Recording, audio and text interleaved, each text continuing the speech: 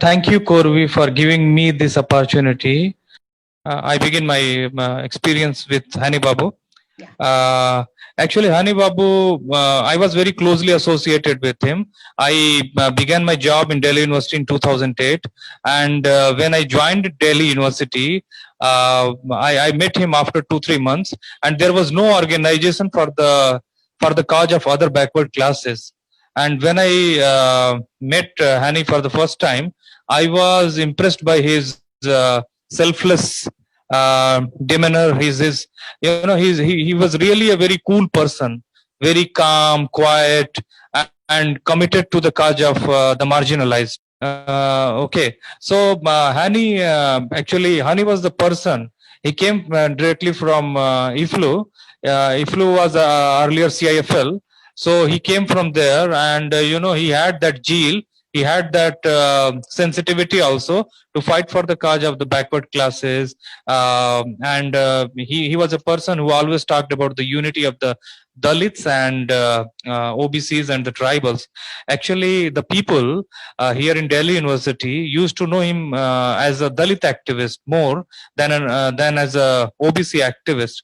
But he was the person who began the first forum for the cause of OBCs. These people do not know this, but he was the first person. I recall that moment actually when they called the first meeting, and there were people. There were 20 people. They are. I mean, they fixed a place to meet, and Hani Babu was the motivation behind all these things. I remember he would always call us and call us to come, and though he was very busy in the department, but even then he would spare time for all these activities which people used to consider as a waste time. But Hani Babu was a social justice crusader in real terms from my experiences. So he was a humanist in real sense, actually. He never had grudge for anybody, and he always fought for issues which were against the human beings. He was never against anybody, not against a Brahmin, not against a particular community, not against a particular individual or any ideology. He was a person who always aspired to liberate his own people. I found him very warm. I found him very focused. I found him very accommodative. I found him very self-disciplined. I found him a person who always wanted to, Corvi, he was not promoted since he joined Delhi University. He was only an associate professor. So I would always feel that person who were far behind than him were promoted as professor. And the recent appointments in Delhi University, one can just think about the people who have been appointed there as assistant professors.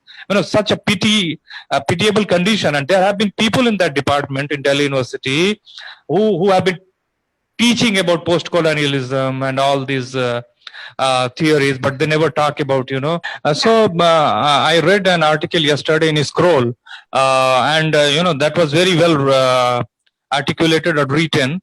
Hani was a person who had never grudge against anyone, but he was very focused to the cause of, I remember many things where he worked tirelessly. He was the person who would, prepare RTIs, post it, and would collect the data and discuss it in the meeting, apart from his teaching responsibilities in the Department of English. And here in Delhi University, teaching itself is a very strenuous kind of job, and staying Delhi itself is a very problematic kind of thing, especially for a person who has come far off from a place like Mallapuram and then migrated to Hyderabad and then again shifted to Delhi.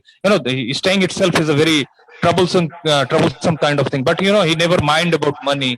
He never he always put community above all his personal desires and personal things. He's such a person.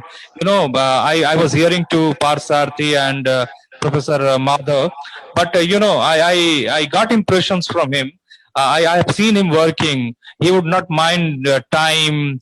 He would he would stay on for for preparing letters, drafting letters. He was such a person who always worked for the upliftment of the downtrodden. He was so focused. He was equally committed to the upliftment of the tribals also. I first met him, as I told you, in 2008, and he created the forum. He started working, connected. I started adding people. We became a force. And he actually, I would call him as the Jyotiba Phule of the backward caste teachers in Delhi University. Actually, I remember all the people. I know the people who are in right wing, who subscribe to a right wing ideology also. But if you ask them personally, they would. They won't say anything, especially the backward caste people against him. They know him, that how selfless, how modest, how hardworking Hani had been.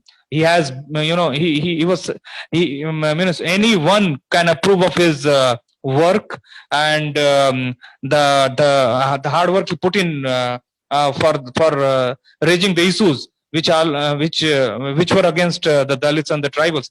I remember people, Korvi, especially from the OBC and Dalit community also. In certain cases, he went to the court and he filed a case. He always spent money from his own pocket, and people later betrayed him, backtracked, and finally they were in a miserable situation. And I come to the two very important points. Actually, you remember the UPA 2 when this they gave reservation to certain castes. They included them without following constitutional provisions, and that was a great loss to the OBCs. We went to the lawyer, and the lawyer said that we would prepare the draft and the other things, and it was finalized. Everything was done. When it came to the payment of the lawyer, the payment of the fee of the lawyer, we decided that we would collect the money and we would give it to the lawyer the next day. But Hani was such a person. He said that no need to wait till tomorrow.